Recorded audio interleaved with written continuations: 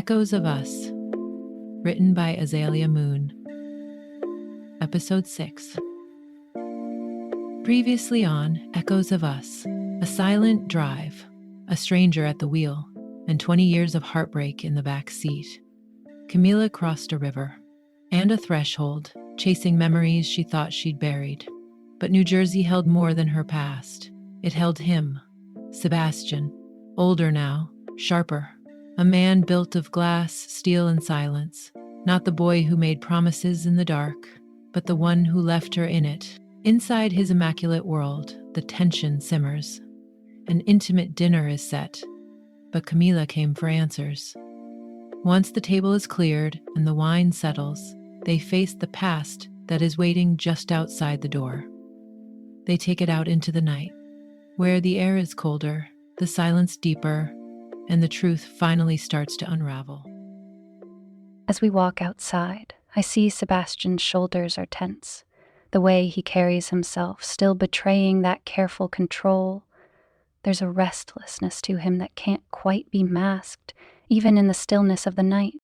The moonlight catches his face, casting soft shadows across his sharp features, adding to the air of both comfort and caution he wears so easily. Like always, he's impossible to pin down, equal parts warmth and warning. I follow him, my heels clicking softly against the stone as I approach the fire pit.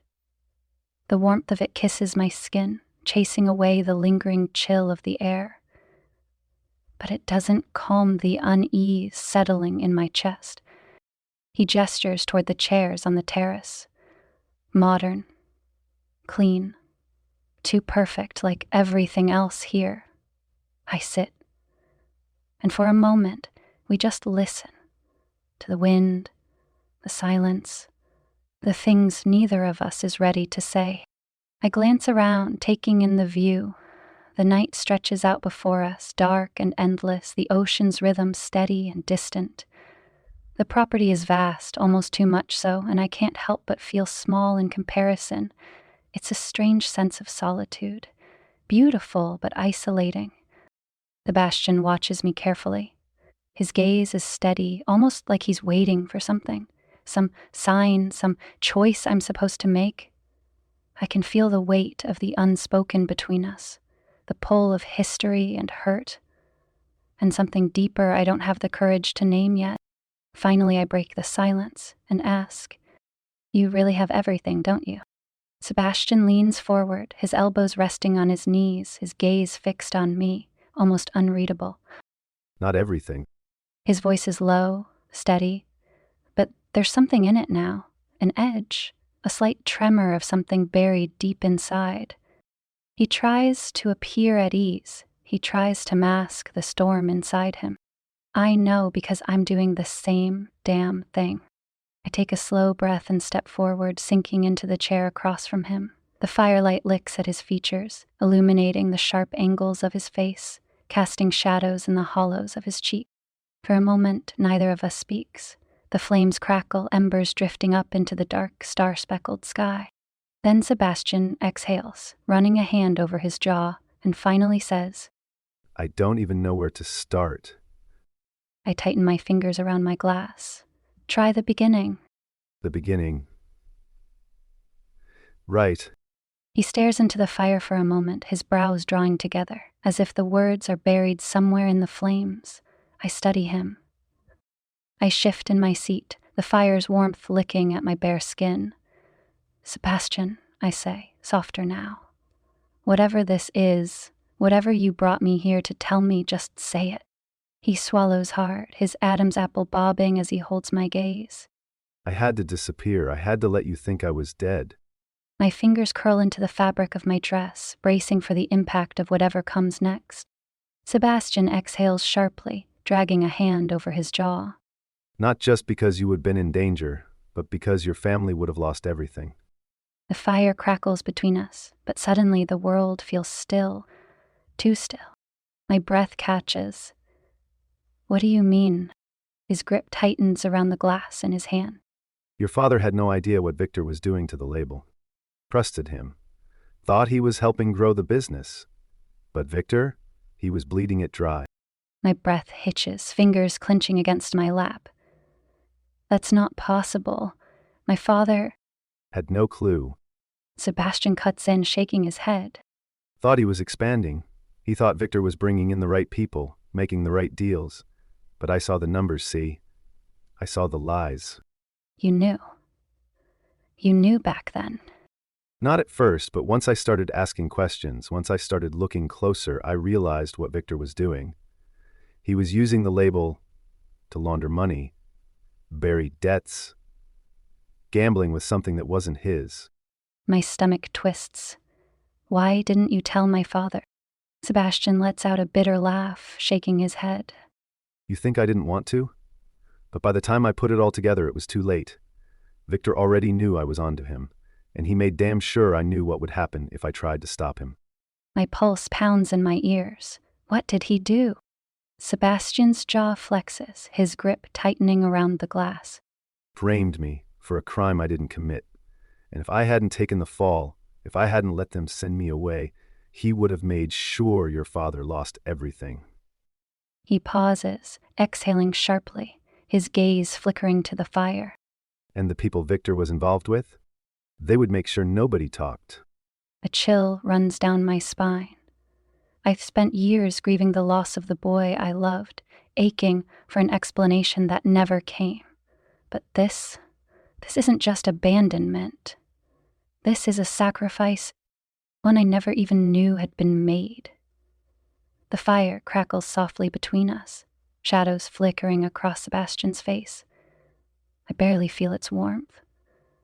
I set my wine glass down carefully on the table beside me, more to steady myself than anything. My hands are shaking.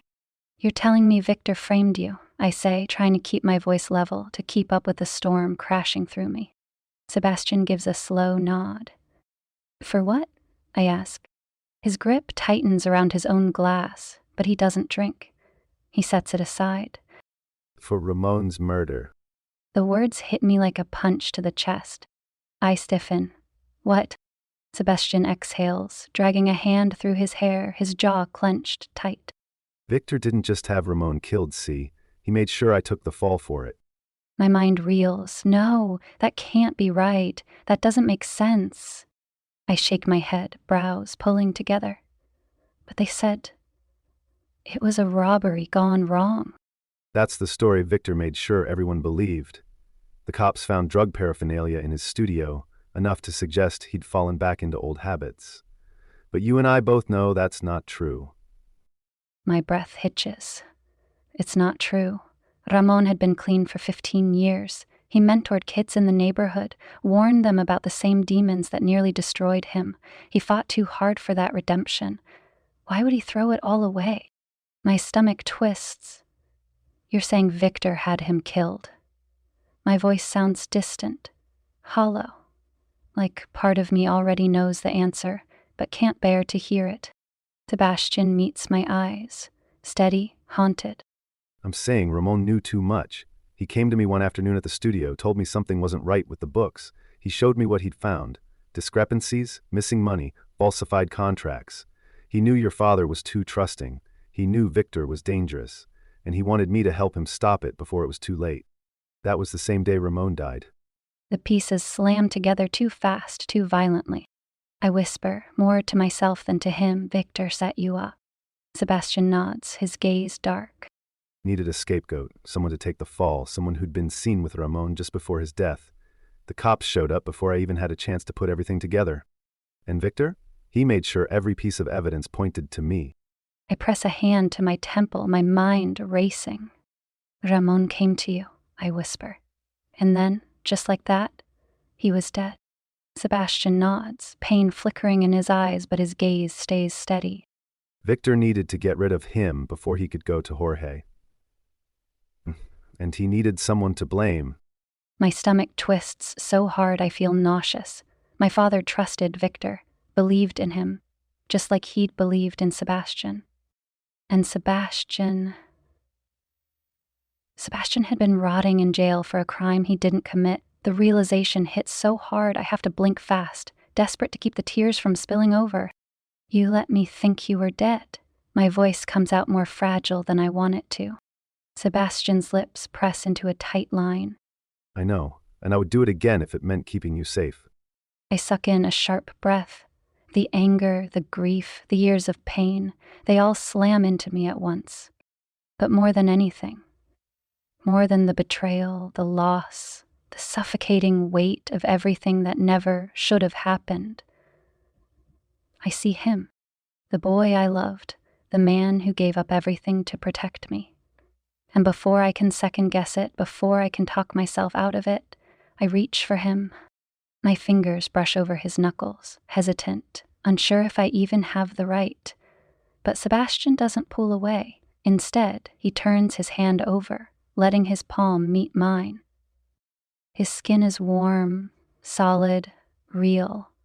My breath shudders out of me, my heart aching in a way I don't know how to contain. 20 years, I whisper. I thought you were gone. Sebastian's thumb moves over the back of my hand, just barely, but it's enough. I never stopped thinking about you, not for a single day. My throat tightens. I want to pull away. I want to hold on.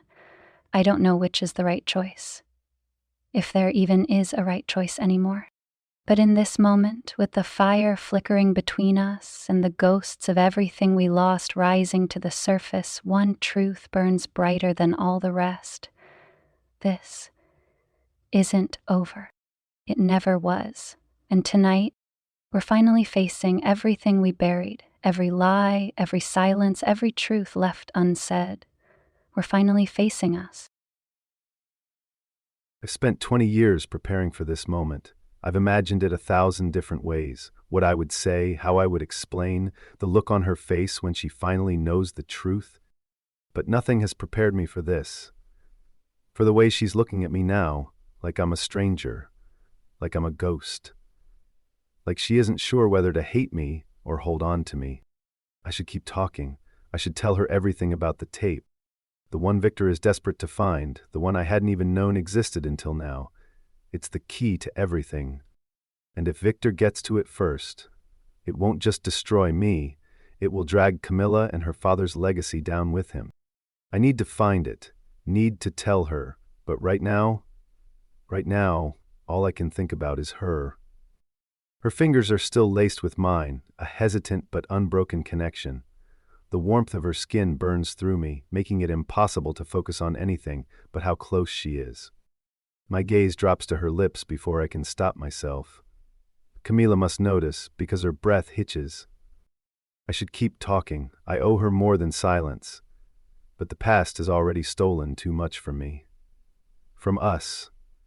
For just one night, I want to take something back. I lean in, slowly, deliberately, giving her every chance to stop me, every second to push me away. But she doesn't. Her breath shudders. Her fingers curl slightly against mine. She isn't pulling away. That's all the permission I need. I close the space between us, capturing her mouth with mine. The second our lips meet, everything else falls away. The fire, the years, the weight of unspoken truths, none of it matters. All that matters is her. The way she softens for me, just for a moment. The way I can still taste the wine on her lips. The way her hands tighten in my shirt, like she wants to pull me closer, like she needs this just as much as I do. I deepen the kiss, losing myself in her, in the only thing that has ever felt real, because for the first time in 20 years, I'm not thinking about the past. I'm not thinking about Victor, I'm not thinking about the tape, I'm only thinking about her, and how much I have missed this, how much I have missed her. I'm not sure what I expected tonight. Answers, maybe. Closure, if such a thing even exists. But not this. Not him, leaning in like he still belongs to me, like the last 20 years haven't been an open wound between us. And definitely not this kiss. The moment Sebastian's lips meet mine, my mind goes blank. There is no warning, no chance to prepare for the way the past and present collide all at once. He kisses me like a man who has been starving for too long, like he isn't sure if this is real but is too desperate not to try. And me, I let him. For just a second, I let myself forget. I let myself sink into the warmth of him, into the familiar scent of leather, spice, and something undeniably Sebastian. His hands cut my face, his touch steady, grounding, certain. And that's what shatters me. Because how can he still feel like home after everything, the grief, the betrayal, the years spent mourning a man who had never truly been gone? How can he still feel like mine? A sharp pang shoots through my chest, and suddenly it's too much. Too much history, too much weight. I press my hands against his chest and break the kiss. Sebastian barely pulls back, his breath heavy, uneven. His forehead touches mine, his hands still cradling my face, like he's afraid I'll disappear. I squeeze my eyes shut, forcing myself to breathe. I had dreamed of this moment once, had wanted it so badly it nearly destroyed me. But this isn't a dream. This is real. And reality hurts. I manage to whisper, "Sebastian, what are we doing?" He doesn't answer right away. When I finally open my eyes, I find him watching me, his expression unreadable. But in his eyes there is something raw, something that almost looks like regret. Not regret for kissing me, regret for everything else, for the years lost, for the truths left unsaid, for the fact that this kiss doesn't change anything. And yet, it changes everything. Sebastian swallows hard, his thumb brushing over my cheek before he finally pulls away completely, his absence leaving behind a sudden chill. I'm sorry, I don't want to rush you. My heart pounds so hard I can feel it in my throat, and that terrifies me more than anything. Because wanting him has never been the problem. Surviving him is. I need space. Need air. I get up and feel the air cool and crisp as I step away from the fire, my heels clicking softly against the stone terrace. My head is spinning, and it isn't just from the wine, it's from him, from the weight of everything he has told me, from the way his kiss has unraveled me completely. There are still so many unanswered questions, so much I have yet to process, but tonight, I'm tired. Tired of always protecting myself. Tired of carrying the weight of the past alone. For just one night, I want to stop being responsible. For just one night, I want to be touched and loved by the only man I have ever loved. I wrap my arms around myself as I stare out at the dark ocean beyond the cliffside, the distant crash of waves against the rocks filling the silence. Tears betray me, slipping down my cheeks before I can stop them. I've spent years grieving him. Now he's here, alive, breathing, real, and I don't know what to do with that. A warm presence comes up behind me, and then strong arms wrap around my waist. Sebastian. His chest presses against my back, his body solid, steady, grounding. He doesn't speak, doesn't ask if I'm okay. He just holds me, his chin lightly resting against the side of my head, his breath warm against my temple. I close my eyes, letting myself sink into it, into him. After a moment, Sebastian turns me gently in his arms. His gaze searches mine, dark and unreadable, but when he sees my tears, something in him softens. Without a word, he leans in and kisses them away. One, then another. His lips are warm. His touch, feather light, but it shatters something inside me. My breath hitches, and I grip his shirt, anchoring myself. Sebastian pulls back just enough to meet my eyes. Do you want to stay the night? I can set up a room for you. We can pick this up tomorrow. I don't want to put too much on you all at once, and I don't want you to feel pressured into anything you don't want. I don't think. Don't hesitate. I reach for him, my hands sliding up his chest, curling around the back of his neck as I pull him down into a kiss. It isn't soft, it isn't hesitant, it's deep, desperate, full of all the years of longing and heartbreak neither of us has ever been able to erase. Sebastian groans softly against my mouth, his hand tightening on my waist, pulling me closer. The firelight flickers around us, but I only feel him. only feel the way he kisses me like he has been waiting for this moment forever. Sebastian breaks the kiss first, resting his forehead against mine, his breath heavy. One of his hands slides down my arm, fingers lacing through mine. He doesn't say a word. He just takes my hand and leads me inside. He leads me through the quiet of his house, past the flicker of candles and the shadows swaying gently on the walls. His fingers are warm and steady, wrapped around mine like a promise I don't dare name. I follow him, barefoot now, my heels abandoned somewhere behind us, my silk dress whispering against my skin with every step. We reach his bedroom, where the past no longer mattered. And for just one night, neither did the future.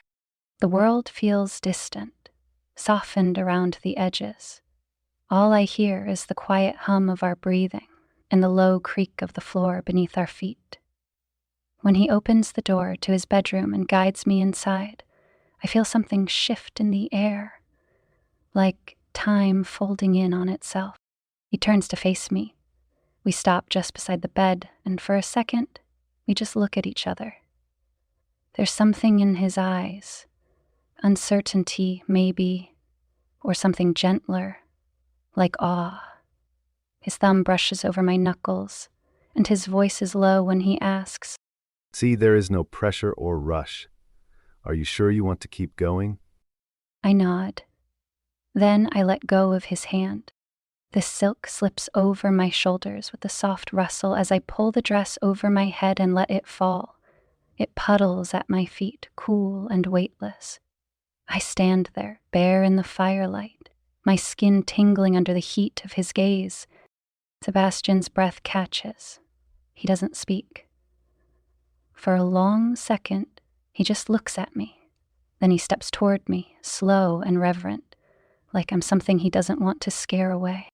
His hands are warm as they frame my face, his thumb brushing my cheek as if committing me to memory.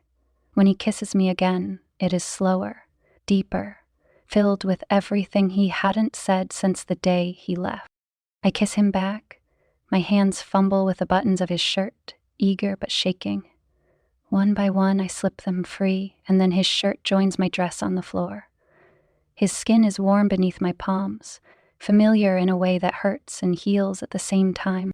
We fall into the bed together, limbs tangled, breath shared. There's no rush, no fear, just the steady rhythm of rediscovery. His mouth finds the hollow of my throat, the curve of my shoulder. I feel every kiss like a confession. Our bodies move in perfect memory of each other, guided by emotion more than desire. Every sigh, every kiss, every whisper between us is a reclamation of something we thought we'd lost forever. I don't know when I start to cry again, but he kisses those tears too. And when it's over, when we're curled around each other in the hush of the room, he pulls me against his chest and holds me like he never wants to let go. He doesn't speak, neither do I. I just breathe. And for the first time in years, I feel safe. Not because everything is fixed, but because for tonight, I don't have to carry it all alone. And just let myself be held. No armor, no guilt, no future, just this night. Just him, just us.